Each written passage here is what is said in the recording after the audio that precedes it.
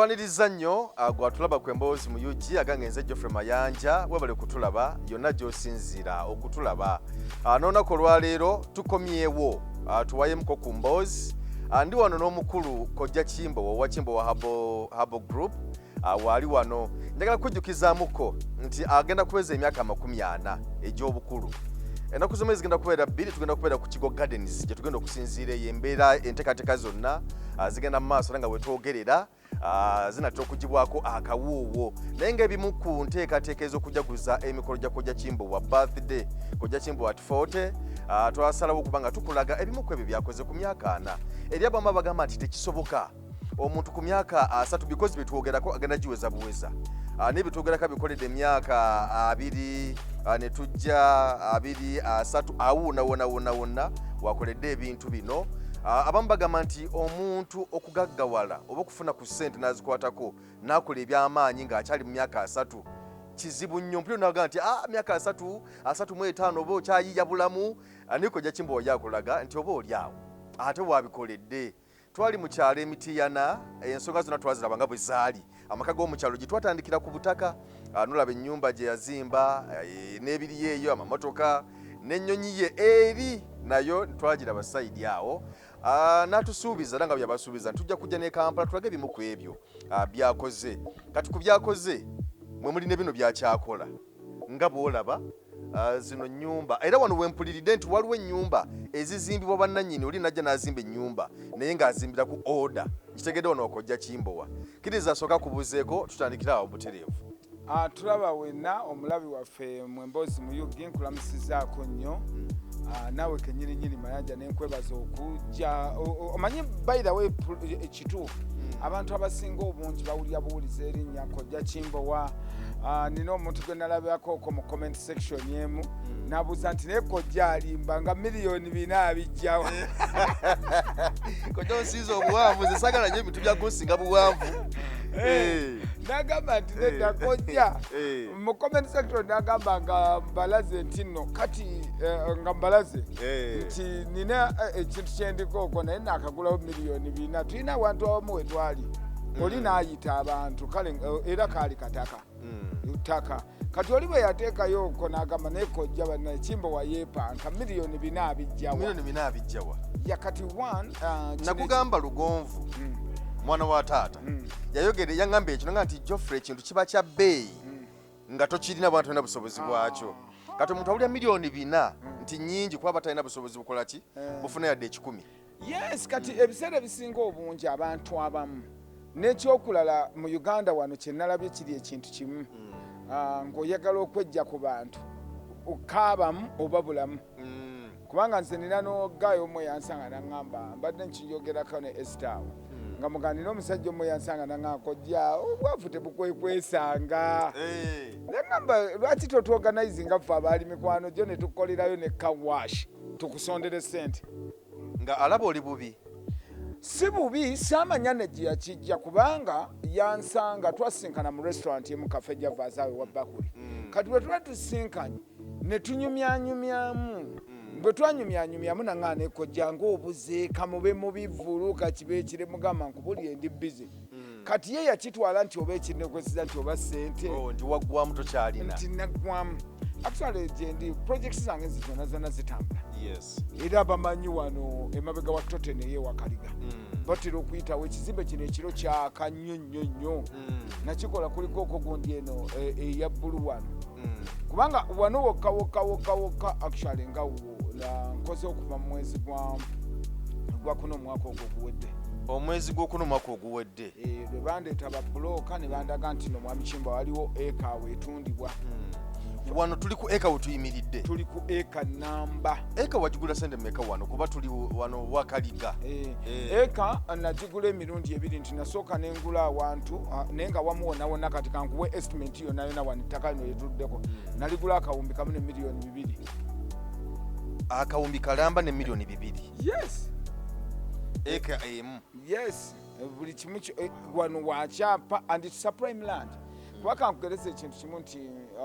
mu mwezi ogw'Ekumi n'ogumu ziri ennyumba 68 nali nzimaliriza ng'olwedde zitandikidde ddala okumpa zino zetugenda okulaba eziwedde zetugenda okulaba ezaggwa Eh. era wongawo kubanga nakolawo ku speedi na buli kimu era ebiseera ebyo actually buli muntu yenna yena yanoonyanga bano baani ba Mary Anambala nga bankubira engeri gye lyali nti balaba nti sikyatambula nnyo nga buli muntu nga balaba obuzze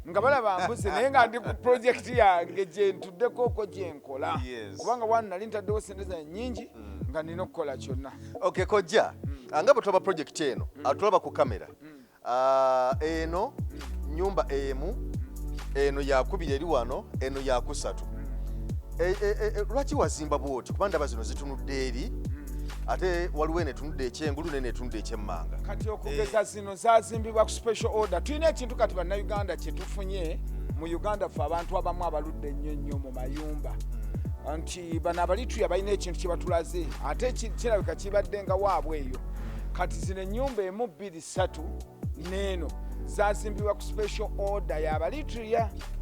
nti bo nga bo already yaŋŋamba naŋŋamba nti mwami Kimbowa tuli family z'abantu 5 osobola okututeerawo ennyumba family z'abantu 5 kati advantage eri mu ekyo nti bano ozimba n'olya ssente z'emyaka n'emyaka ng'ate bo nga bo ekikuyambako nti akasente ko bakakuwa omulundi gutya omulundi gumu. Kati okugeza bwe nali malirizaako wano nga malirizaako wano buli kimu already ne basooka ne badipositingako miliyoni 8. Anti buli mwaka bagenda nga kupangisa miliyoni 9.6 buli mwaka nga bakutolera ku akawunti miliyoni 9.6 buli mwaka miliyoni 9.6 kano kokka ennyumba eno n'eno. Kati bo balina ekintu kye batulaze wano ate mu Uganda tubadde tetukiina nti omuntu asobola okujja n'akuwa pulaani y'ennyumba nakugamba mu nnyumba yange munda njagalamu kino njagalamu keddiro njagalamu kitchen njagalamu kino ng'ennyumba agenda kupangisa mpangisa naye nga kwakuweera ebiragiro. Yes, kubanga bano abalitulya tebalinga bannayuganda nti ajja kulemererwa era nze sipangisa munnayuganda nnyumba yange. Nze nsuza abalitulya n'Abasomali abasukka ebina wano mu Lubaga. Kati oli ajja n'akugamba naye one kyoba olina okusanyukira mu mutima nti one ono omuntu tagenda kubeera wakubanja. Ekyo kimu. Ekyokubiri nti ekitera nnyo tusanyusa nti omuntu oyo ye nga ye basasula mwaka. Yes. Kati okugeza nti nno mu Gw'omunaana agenda kujja atopingeko sente zange mmanye mbuno miliyoni 9.6 ziweddewo mu werisiti. Kitegeeza buli Gw'Omunaana aba alina okunteerako ku akawunti miliyoni 9.6. Si byakubanja si byakwegoba nabo misinde. Era tuwandiika nabo bo ne bakulaga nti no tujja ebbanga litu expecting okumala eyo myaka 6 ku kino bo babaddewo kati ekyo kyonga nakyo nakitandise era kibula nti no zeno space yange nesigadde yonna nti mukwagala senga kati ate nayo order nfunayo orders endala bo bali ne bakuwa era bwe tulidda wano oba Kojja Kimbowa ati 41 ojja kulaba nti ate ndine ekintu kyenjigiriza abantu abamu. Yes. Balandlords bannange mu Lubaga. Kojja ennyumba zino tulaba stage gye ziriko zitambula eneebulako kina kyeno tewali nnyo kubanga munda tayiru zaggwa buli kimu kyonna kyaggwa n'ebintu ebiralalala actually kiyinza okubulamu tuli mu kuzimbamuko wardropes nakuteekamu bintu nga bwogamba curtain roads ow'amasannyalaze wuuyo olwedde ali mu kubeera nti naateekamu tewali nnyo kino just ngenda bakolera lujja nga bwolaba pavers zino kubakolera lujja luno bombawe ne entrance eyaabo wano bongenda kubawa entrance eyaabwe lujja lwabwe ng'ekyo kiwedde. Kojja kati eno ennyumba eno nga bwe tugiraba erimu ebisenge bimeka? Erimu ebisenge kuba ziri 1 2 3. Buli nnyumba egyolaba erimu ebisenge 2 n'eddiro n'effumbiro. Master bedroom ennene ddala ne bedroom gye twandika nti nno y'abaana toilets 2 n'effumbiro kyekyokka. Wano bw'oba nga opangisiza wa wano oba ogimupangisa sente mmeka buli mwezi ennyumba emu buli nnyumba? Aba wano simanyi kubanga nze for the past 8 years mbadde myaka nga kale 6-7 mbadde sipangisa bannayuganda nnyumba zange naye nga kyo nga yo kati nja kugereza nti ennyumba ya miliyoni 2 miliyoni 2.6 kati n'ogattako zino emu kitundu nti miliyoni 9 otaddewo akantu ko kali simple kagenda kubeera nga kakuwanga miliyoni 9 buli mwaka ng'ate sente zo bazikuwa mu budde. Naye Kojja weeyagadde ekyamazima bw'oyogera nti ogenda kuwummula ne ŋŋamba kati kojja mu myaka agenda kuweza myaka 4 awummula ki okitegeera naye kati ŋŋenze tandika okulaba lwaki ogenda kuwummula kati nina okuwummulira nno ddala era ekintu ekisinga obukulu bwa byonna kuba kati nze kankugereze nina companies 4 ku 6 nina ddwaliro lwakuba abantu abasinga obungi bamanyidde nnyo mu kyaddwaliro ate ng'eddwaliro katono nnyo bwe kati mu comment kankusese nalaba comment olwo yabuuza nti kojja ekyamazima ddala sente ozirina era oli mugagga naye osuubula ki kati muba ne ŋŋamba nti re bannange obutamanya muntu kibi nnyo nze nkugambye nti tulina abantu abamu nga bw'osobola okkeera ku makya recently myezi ng'esatu emabega nina abantu bwe nagulezana miliyoni 4 omuntu omu n'abuuza nga nkimanyidde ddala n'agamba naye bannange abantu beesudya Kojja Kimbowa miliyoni 4 abijjawa naye nga bw'owulira just 400 million 400 millions 4 olina kugamba nti noozijja kati ekirungi kya byonna kiri ekintu kimu nti abantu bangi Geoffrey tebatumanyi ate nakyo nakugamba kale kyasooka ne kinnuma okuviira ddala ku incidence ya Pasaiga kubanga bonna abaana abaali nga mu comment section ngaga ne Kimbowa alimba waliwo ne yagamba nti miliyoni 10 akiyita kitono kati nemmanya nti n'abantu abamu babeerawo nga tamanyi muntu ku kintu ky'okuwummula nze nina companies 4 nakikunyonyola kuba companies 2 naziwa muwala wange nina kiwala kyange ekyo ekiro ebbiri naziwa muwala wange alina emyaka emeka alina emyaka 16 asobola oziddukanya oba omuyambako kuziddukanya naye ye nga ye namuyambako kuba yakwata beauty center oyo omwana yasinga mu shares kampuni endala ekola kubuulirira ku mbaga bano bridal showers cake bridals yes ekola kukubuulirira ku mbaga nti tugenda abasenga abagadde okukola bwe kuti kweteekateeka eyo nayo kati abantu simanyi lwaki bo bamanyi nnyo nti no kiriniki mu nyingiza kiriniki eyingiza 10% ku assets zenina esobola kuyingiza even not 10% 5 kyeva olaba nakugamba nti kiriniki oba evuddewo oba weeri oba teriiwo olamusigala butambulanga bwebubadde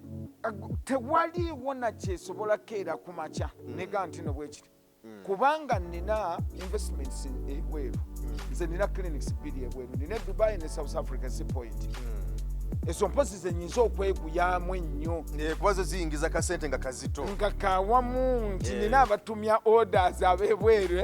nakyo yinza okwekanga mu buno yo nga yo buli mwezi ekitono ennyo $1 ng'omutwalo gumize miliyoni nga 37 musajja ono yabadde South Africa ani kojja tegusuulwa naye yakomyewo tegusuulwa ye nga ye nakugamba nti tegusuulwa oyo ebintu ebimu era bayirawe bannange nze nkubuulya amazima tegusuulwa oyo nga nkyakoledda kubukedde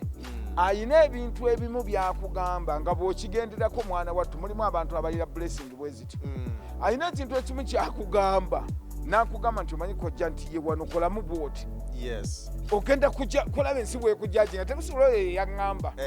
nanga kaabakaabamu kojja don't be soft totaata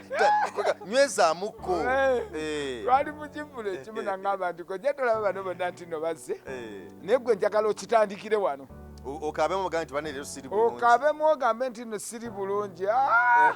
abantu ne bayitawo leero mwe bannamawulire nga tekyali nayagala kunsembereza kazindaalo bakakwisako obuyisa kate kuswa naŋŋamba beerakooko bw'oti mu kateni sooka olabe nagenda okulaba abamu n'emikwano gyange ekimu kati nga ggwe mayanja ntobeera ti noli wankubiranga n'omubuuzaako kojja kino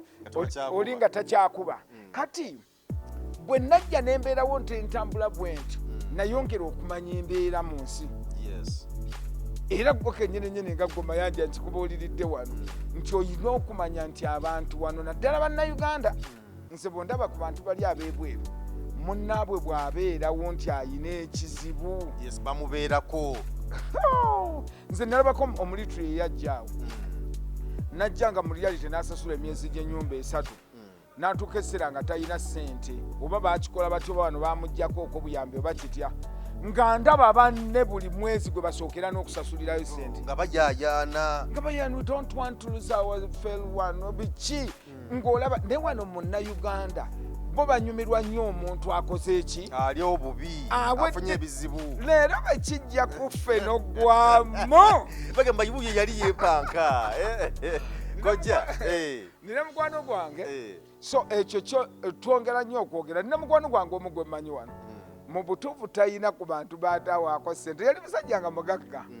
talina muntu gwe bataawaako ssente ne nakyewuunya nti yagenda awantu awamu ja singa bw'ogenda ku mikolo n'asaba bamuwe ka interview katono nnyo buli muntu ayita nti yo talinako wadde kyagenda kutuwa bwekiti ne bakamumma Kojja tuli wano eno ennyumba zino zakakutulako ssente nga mmeka kuba kati eno tulaba ugambye eri mu process yakuggwa eno ndaba ekyali nawe olala gye tugenda kulabayo mu bufunze zine ebbiri eno n'eno wano kati zakantwalako miliyoni nga 5 mwana eno n'eno naye nga nsuubirawo nawe olina kuggwera nti nja kuba ntaddewo miliyoni 6 eno ogogera ku nyumba buno zino so n'eno kati eno kalina ntono kyensobola okugamba nti yo nga yo n'eno nkugambye miliyoni nga 5 mwana naye okumalirizamu byonna nja kuba nga ntaddemu miliyoni nga 6 kati zino zitandika okumpa era ffe ababala ffe abaludde ennyo mu byamayumba na buli kimu tubala kye tuyita returns investment yonna gyoba otaddemu sente tugibala nti eba erina okukomyawo sente ezo mu myaka 5 oba 6 kati nze ekyo bwembala nti nga bwolaba nti no wano nzimbyewo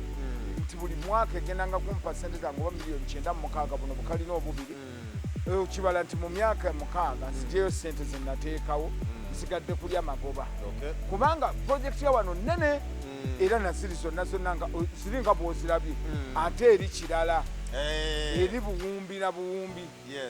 kati katugende tulabe project waliwo endala project era egenda mu maaso kino ekizimbe kino ekitukubya amabega kino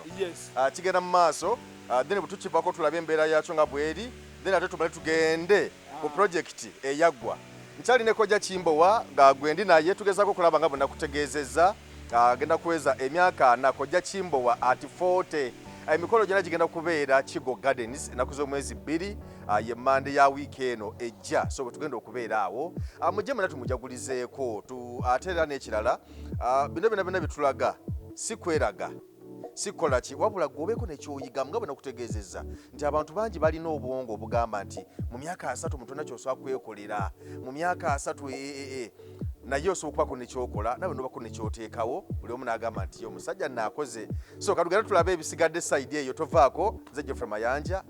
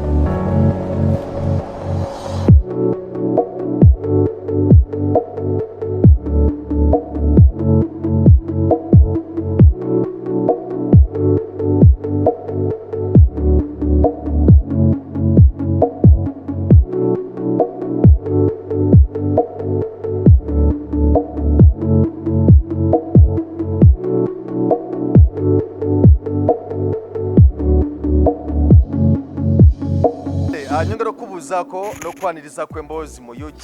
tukyagenda mu maaso tuze ku phase ey'okubiri nga tutunuulira ebimu ku ebyo Kojja Kimbowa byagezaako okukola naddala wano olunaku olwaleero biri mu bitundu eby'enjawulo naye ng'olunaku olwaleero tuzze wano Wakaliga we tuli wali projekiti ennene etudde kuyiika nnamba so gye tuliko olunaku olwaleero nga bulaba waggulu emirimu gigenda mu maaso ebizimbibwa amazama amasanze bateekamu lwawo okulaba abakyala nga bakola naddala nga mukyala ali mu masanyalaze naye bagenda maaso n'okuba nga bakola emirimu egy'enjawulo. Kojja tuze ku phase ey'okubiri eno yatandika lumu n'eri gye tubaddeko emiryango. Yes, nedda kati nasooka kubeera nti no nzimbye ekizimbe kiri nga bw'okira kiri ekyaggwa kati then bwe namaliriza wano wennyininyini nga wo nawo nentandika wano ntandisewo omwezi gwa 11 ogw'ekumi ogumaka oguwedde omwaka oguwedde Mukama Katonda nnyambye nti nali naakagira bwe nti wano nawo ne basima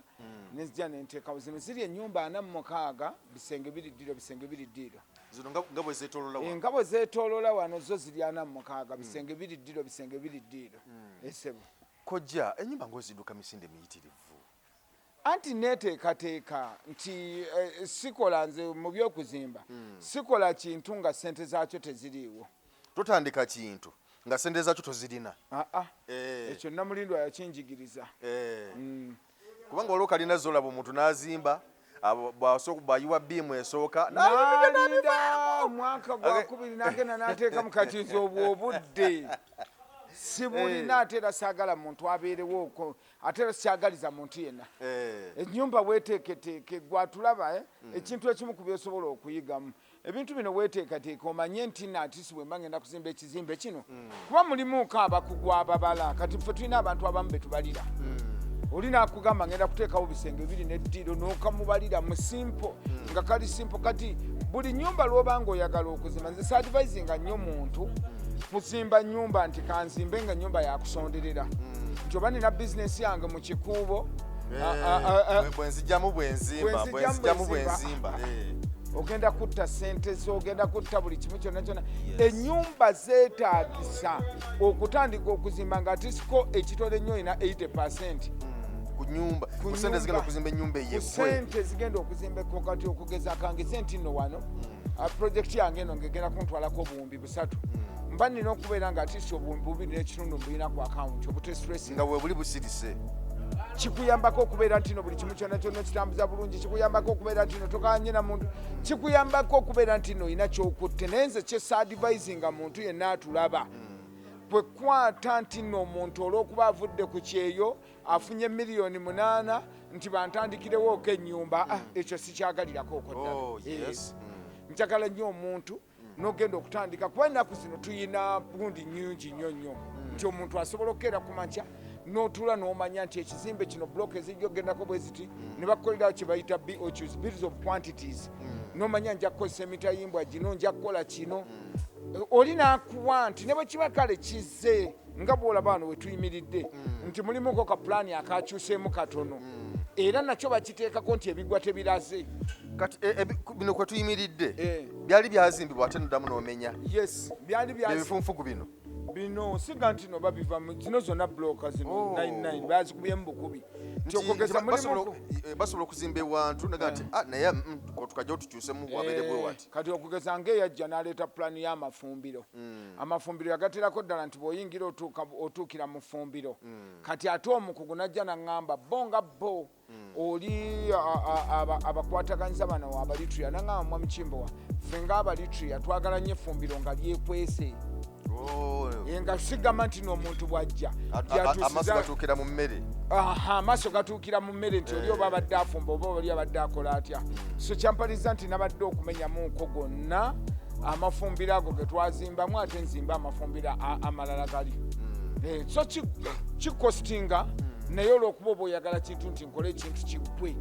na buli kimu kyonna kyonna era bw'oba weegendereza mulimuko n'amadiisa gano kati nga wano twali tetwagatemako kati nga twalina okugatema ago twali tetwagatemakoko nga tuwadde oluggi n'eddiiro lino naye nga lino tetuliwadde wagenda okubeerawo kati ebyo byonna obyala kati nga oba olaba kati eddiro gasibwe litwali tulowooza nti neddiisa liririmu lijja kumala kati wano kati tulina okuteekako okwo. Kojja wayogeddeko nti olina construction company yekola emirimu gino oba okwasaganyako n'abantu abalala? Keke construction Kojja Kimbowa Construction Company Limited tuli under Planet Financial Services company eyo yange emazeewo emyaka 14 kuba bwe natandika ennyo okuzimba natuuka ekiseera nembeera nti nno nze ng'omuntu nentunuulira neŋŋamba era kampani yange egwamuuka ab'amasannyalaze bapulamba abasibe ba tayiro buli kimu. Tulina n'abantu abamu abatuwa orders oli ng'ali bweru n'akugamba n'omubalira ku Keke Construction Company Limited yange nze director Sebo. Kati kyekiri buli lunaku kye tuddayooko ne tugamba abantu nti abantu ebiseera ebisinga obungi mubeereeko ekintu ky'otalinamuuko bukugu consulting ngako ku bantu abamu. Weebuuze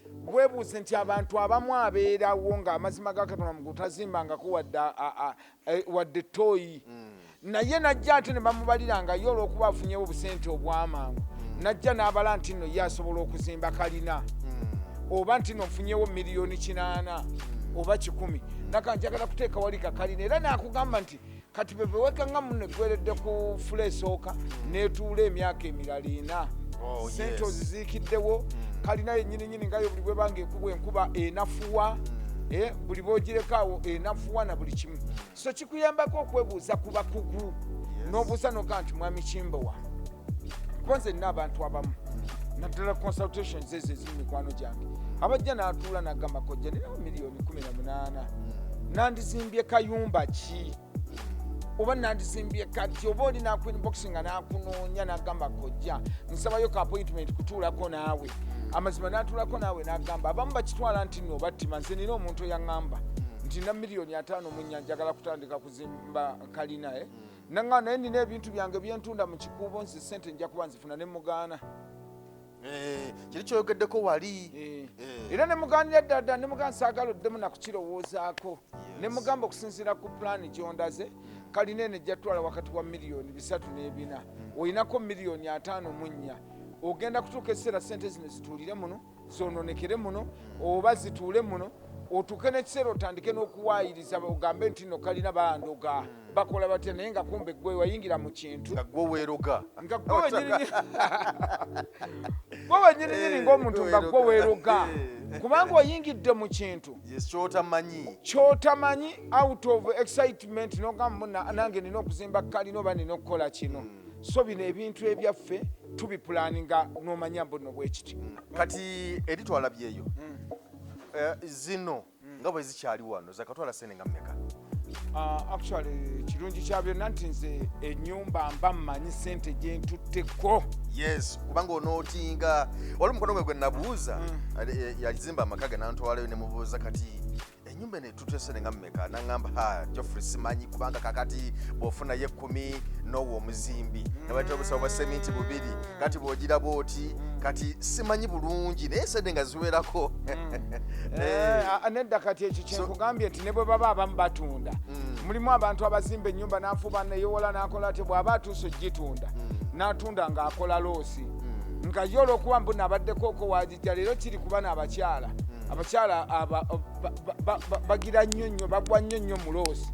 Nina omukyala yantwala ku nnyumba eyo eggaluga n'agindaga nga ŋŋamba ye ayagala miliyoni 12 nga naye mu kutunula okwange ne ndowooza nti nno oba waliwo n'ennyumba eyina buzibu nga tamanyi sente ze yassaawo lwansonga nti oba yalina boyfriend ng'alina sente nga boyfriend yasindika omusenyu boyfriend yasindika seminti leba n'agenda n'akola bw'ati kati ye ennyumba bwe yaggwa n'aga nti nali mmanyi n'okumanya mbu nalina obuzibu nga mu kukibala ekitono ennyo yali ataddemu obukadde nga 2 naye nga tekimanyi kati abantu ebiseera ebisinga obungi olw'okuba ayinza okujja eno nasanga ono n'akola bw'ati kati nze ennyumba buli bwe mba ngenda okutandika okuzimba ennyumba nteekawo account yeeyo ennyumba era ne mmanya muno buli sente yonna ne bwe kiba kize nga muntu ayoola mayinja ng'ogwo omusenyu bw'ogulaba eyo account gye baba bajjako kinyamba nnyo okubala ekizimbe kyange kati ennyumba ezino nga bw'oziraba nti floors 3 okuzizimba zonna apparently nga bwe ziri wano zakantwalako akawumbi kamu ne miliyoni 9 nga bwe ziri wano naye era nagibalanga project eno ejatwala 2.5 billions obuwumbi 2 n'ekitundu eno yokka nga bw'olaba nakugamba nti buli obuyimba bwe nazimba ku special order mbubala neŋŋamba bujja kuntwalako obukadde 6 kati eno yo nga yo yakantwalako akawumbi kamu ne miliyoni 9 nga bweri wano naye ebikyabula bye bingi kubanga balina okukuba plasa tulina okusiba tiles tulina okukola tutya oyinza okwekanga ng'egenze netuuka mu buwumbi nga 2 n'ekitundu oba 2.8 sebo kale tukyagenda maaso Kojja Kimbowa at 40 ayolekera okuweza emyaka 4 gwe mwezi ogujja ogw'omukaaga ennaku z'omwezi genda kubeera 2 tugenda kubeera ku Kigo Gardens tukyagenda maaso n'okuba nga tulambula ezimu ku ezo projects zakoze mu myaka gino ng'ayolekera okuweza emyaka 4 gweosobole nawe okubako nekyoyigamu tikyoyigamu mu ebyo byakoze wawe osobola gwe okutandikira naye nobako nawe nekyofunza oyinza obutasobola kukola projects nene bwe ziti naye nawe osobola okubako n'ekitono kyofunza naye ng'okijja mu bino bye twogera wetwogera essaawa zino tugenda kugenda ku project eyawedde tutandikidde ku zino ezikyagenda mu maaso n'olwo project eyaggwa era nga n'abantu mwebali zonna ziri mu kifo kimu kyenjagala zitudde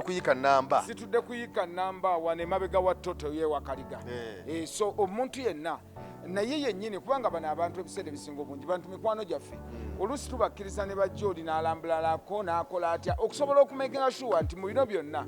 tubikola nti omuntu abeerewo ne confidence eyo ate n'ekyokulala abantu baleke kubeera eyo agambe nti nze nganze nyinza kukola ati ekintu amanyimbo nno abantu batuuka ekiseera ne beesiriwaza oli n'abeera ng'alina ne chance efuna ssente naye n'awoza nze nkyali muvubuka mundeke bwe ndikula bwe naakula nange nja kukola bwe nti no waliwoko ekintu kyosobola okukola mu myaka 2 mu myaka 3 na buli kimu obulamu bwange bwe butyo bubadde buflowing kale katugenda tulambule project eyaggwedda oludde nga bantu bayingira zonna ziri mu kifo kimu zitudde kuyiika emu yes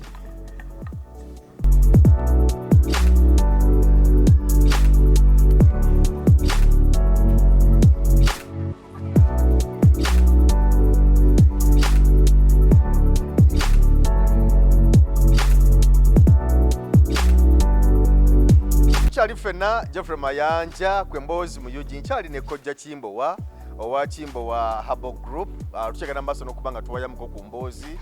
n'okulaba biki byakoze investments ez'enjawulo ku myaka 4 gy'agenda okuweza so bwe tuli olunaku olwaleero tuli Wakaliga wano leero wetusimbye amakanda twasookedde eri ne twa project eyasoose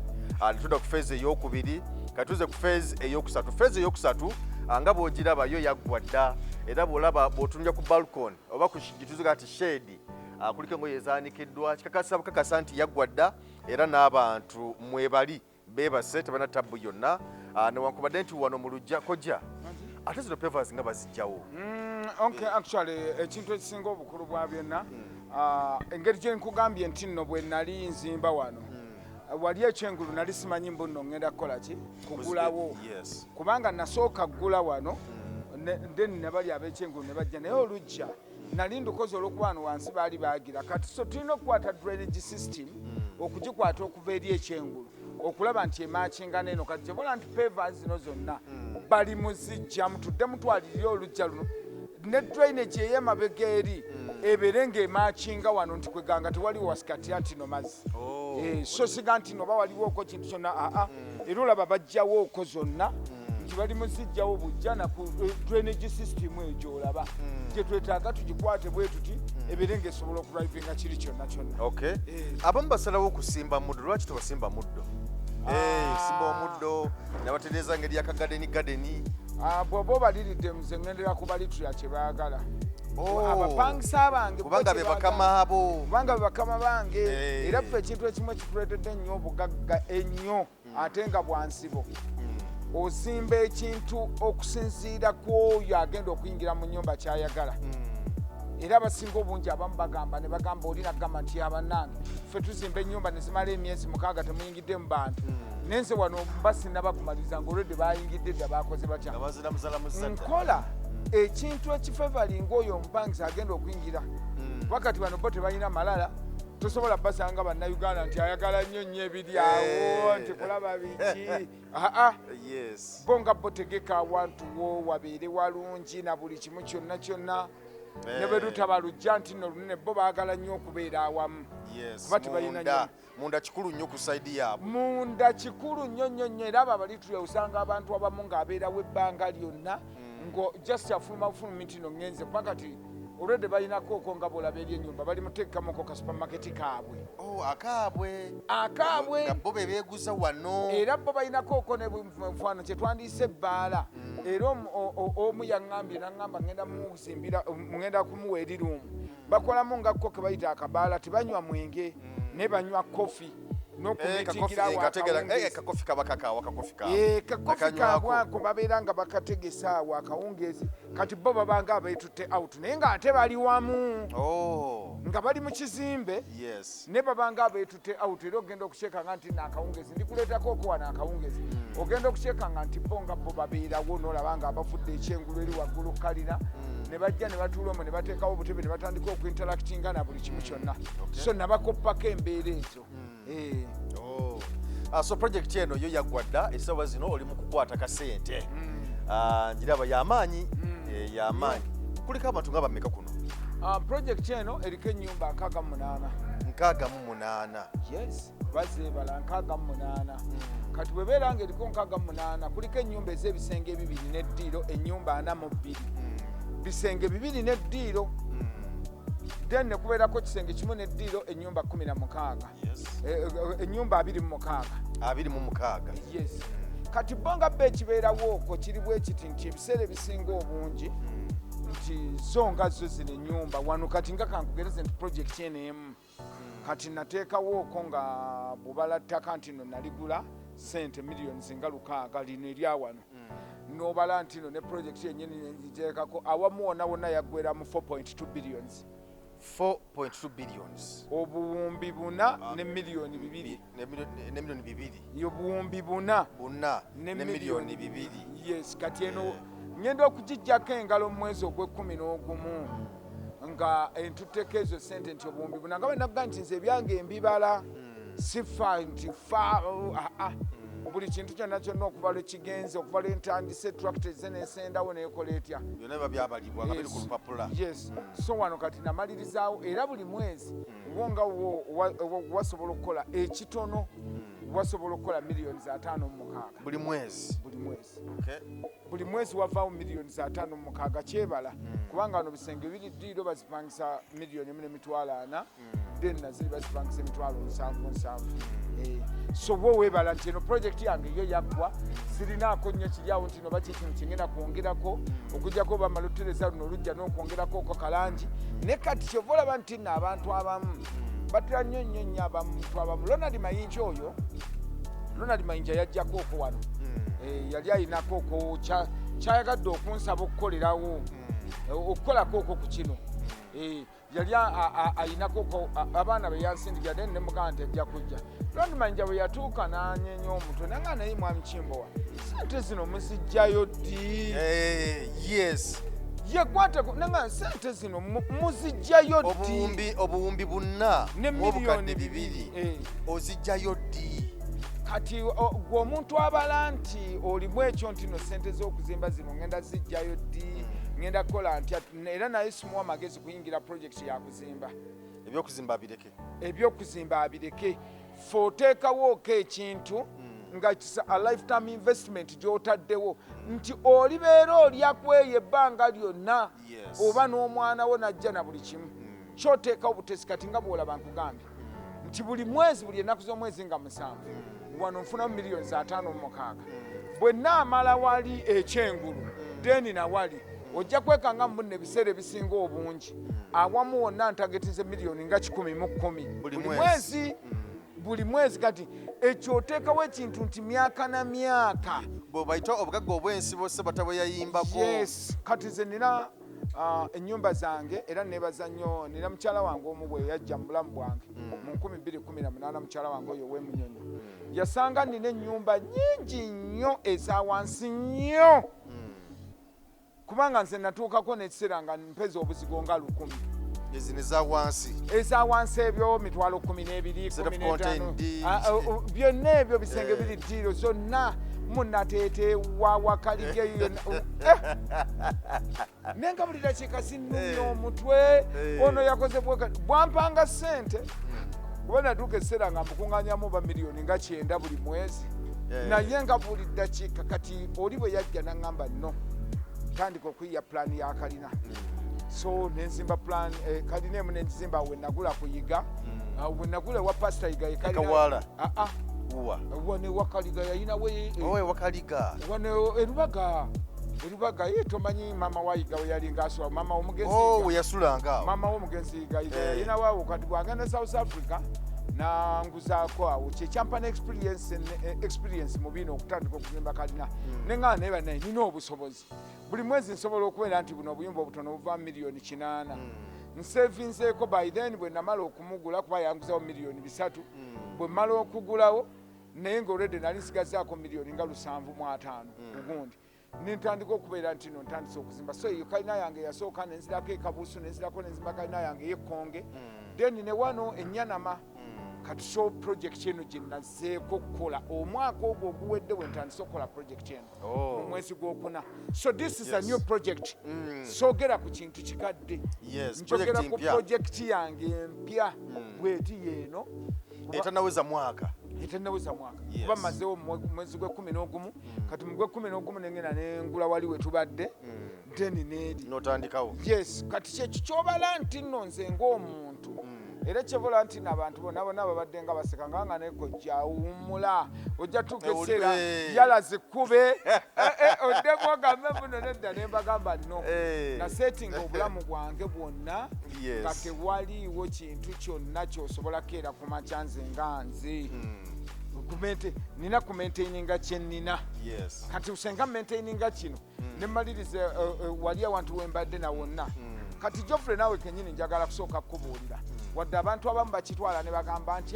Kojja nga ne basudiru bakola na buli kimu kyonna fe abantu abamu kibeerawo noga nti Mukama Katonda bw'aba ampadde ekintu kino kati nina kukimaintaininga n'omatira n'ekyo kati ebiseera ebisinga obungi okuwala byonna kati ndi mu bulamu tuli abantu abasinga ebisinga obungi kyenkugambye tina mikwano gyange abaŋŋamba ne Kojja nga tova mu butishaati nga tokolodya biki nga ntuuka n'ekiseera nga emmotoka nzirina kati okugeza ngaeyo Range Rover ninga ngipakinga waka nga namanyira nnyo kati kyekiseera okutandika kati okweyagala niyagalemuko traka tezinvaako engatto nyambala obereko mu bipale ebimpi ng'oli mu bisaano nenyambala ku biiki buli kawungezi ngana nenekubira jimu nembeerawo kati ate jimu yanyambye nnyo kati buli kawungezi neberera mu jimu yange bulamu bwange obwo tojagamba nti no ki bwatabaawo nsonga nene neetaagisa tompita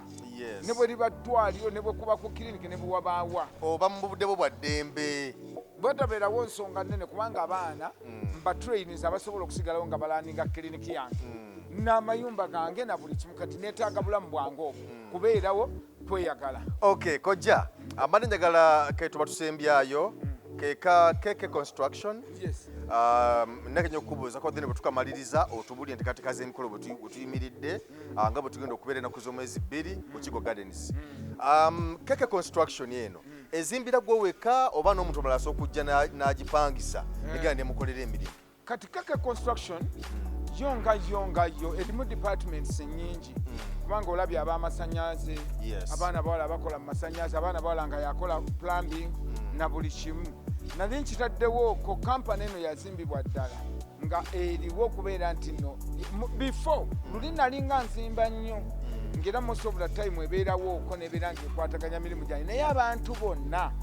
kubanga ffe tukuba pulaani tusobola okubalya BOQs tuli ba consultant mu bino BOQ oba otegeeza ki bills of quantities nti nsobola okubalira ekizimbe nga tonnatandika kizimba nenkikubalira nenkugamba nti ekizimbe kino kijja kutwalako bulooka zino okuva mu musingi era nenkugamba nti awamu wonna kijja kutwalako miliyoni 9 n'agamba kantandike kalina naye nga kalina genda twala miliyoni 320 abamu azimbala kuba mukwano gwe yazimbye n'akyalako nga wano n'akuba bwati n'agamba nange nkisobola abalala competition ninako mukwano gwange omu oba ku bantu be twali tukompitinga nabo yakeera ku makya ne bamugamba nti Kimbowa wali mu kuzimba wali kalina naye n'atandika ogizimba ekasanje Ye yali tannamala okuyiwa kisirabu ekyawansi n'awanika n'agamba nti nkoze kitadde. Kati abamu azimba oba excitement oba kola tya nga kyayingiddemu takitegeera. So Keke Construction bwe tubeeredde nti nno tuli bundi nnyo nti ffe tutunuulira tukuwa advice tusobola okuzimbira kobeere ng'oli ludda waggwe kennyini n'otuula naffe n'ogampa kampani yange eno eyina buli muntu yenna ate ekintu nti nkiruddemu nti experience gye nina ya myaka nga 24 nga kampani eyo weeri mulimu n'abantu abamu ababeerawo actually nti kati for okuba nti nina capital base nti nina capital mulimu n'abantu abamu gwe tusobola okugamba ddala nga tulabye nti naasobola ne tugamba nti mayanja nti ye oyina ettaka nti ye nti ffe katukuteereko tuwe pulaani y'ekizimbe kyoyagala ne tukikuteerako n'omala n'ompa sente nga ne bw'obeera nga tozze nti nno bane ffe tukubalira ne tugamba nti na artist ekizimbe kiba kinaamalawo miliyoni 3 boleeta 150 ffe tugattako 150 tukuzimbira ddene ne tukola ki so eyo kampani eya Keke Construction weeri butereevu nnyo n'okuzimbira bannayuganda tuzimbidde nno abantu bangi nnyo tuzimbiddeko ko abantu bangi besirajja kwogera era buli bwolaba emmotoka ng'eriko Keke ezo sino twaka emmotoka buno buloole n'abo abantu abatera okwambala ovule ziriko Keke eyo sebo kampani yange. Kale Kojja Kimbowa at 40 mikolo tuli mu nteekateeka zinatera okuggwa era ennaku z'omwezi genda kubeera 2 ye Mande ya wiiki ejja nga tumazeeko wiiki eno akyeza bwe tugenda mu wiiki eno ku Sande naye Mande yentuko y'emikolo enteekateeka ziri zitya ojja kubeera ogenda kutambula otya ogenda kwambala otya embeera eri etya abantu bakikola kibuyagala ku mukolo actually abantu abasinga obungi bonna nabayise kuba this time round guno omukolo gwange mu birthday no gwanjawulo nnyo nti one mukolo gwange nga mpeza emyaka 4 ate retirement yange okuwummula ebintu ebisinga obungi emirimu egimu so kwambalako kujja kubeerawo ko nga kwa mulembe nnyo era nze ng'omuntu ngenda kugwa ku ssaawa 8 abagenyi tubasuubira okubeera by saa 7 bonna nga baweddeyo ssaawa 7 kubanga cyayi bagenda munywera awo twafuye kulaba nga twoganazinga buli kimu abakyayi awo abatya so cyayi bagenda kujja bagenda kumunywera awo activities nyingi nnyo nti bonna abagenyi tusuubira okubeera ku saa 7 nga baweddeyo ku saa 8 tugenda kubeerako ne sound check ey'amaanyi ennyo nga era byonna bigenda kubeera live ku Nice TV sound check na buli kimu nze ngwa saa 8 gwennyini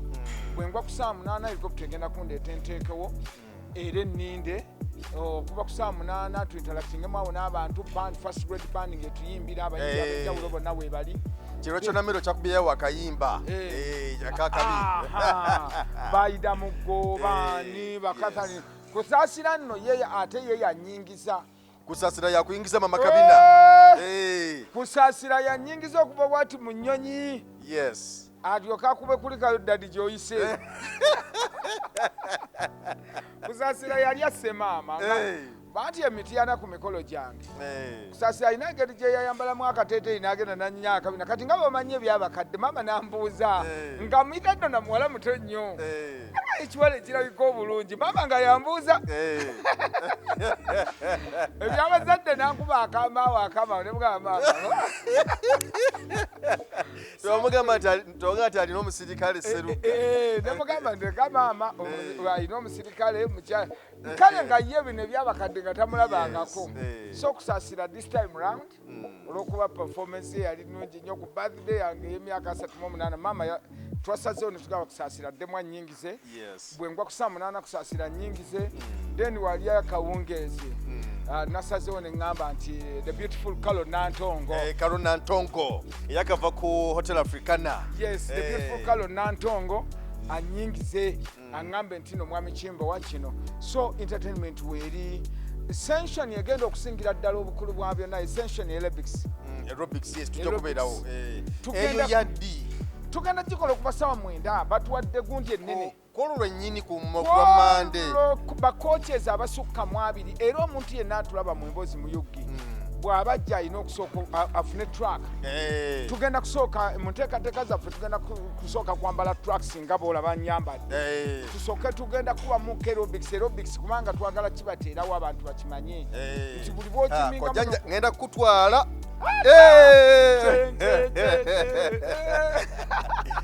So kati awo natugenda soka kukola mu aerobics okuva ku ssaawa 9 paka ssaawa nga 10 eno bandi bweyimba kwegamba omukolo guli mu buli kimu kyonna kyonna kwola okusanyuka kulya. Kati bwe tumala okulya ekyemisana awo ssaawa 7 8 tulya ku 9 tukube emmere eyo bwe tumala tukube emmere eyo bwe tumala ogikuba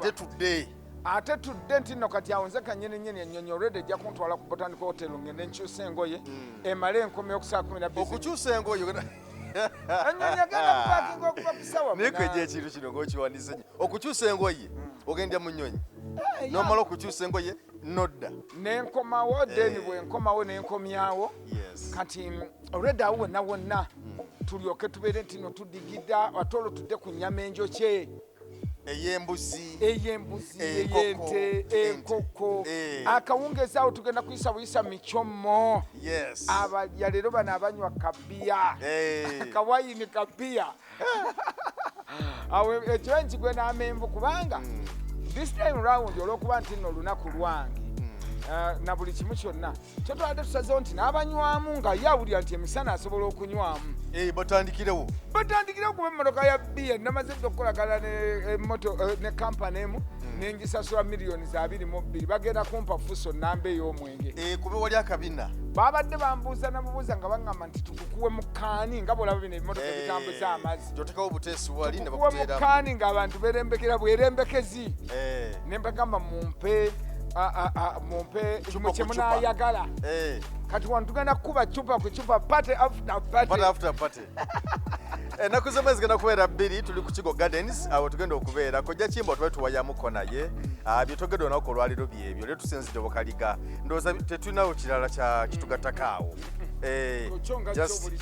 kyonna bajje tulye tunywe bajje tweyagale bajje tubeere wamu bajje tumanyagane this time round abagagga bangi nnyo omukolo guliko baminisita nga bane naye ate abagagga bo nga bo bangi nnyo abantu bajje bainteractingemuko n'abagagga bajje tunyumye muze bamanyiokyayo ku nkalu bajja kubeera batokyeyo ku nkalu muntu w'abantu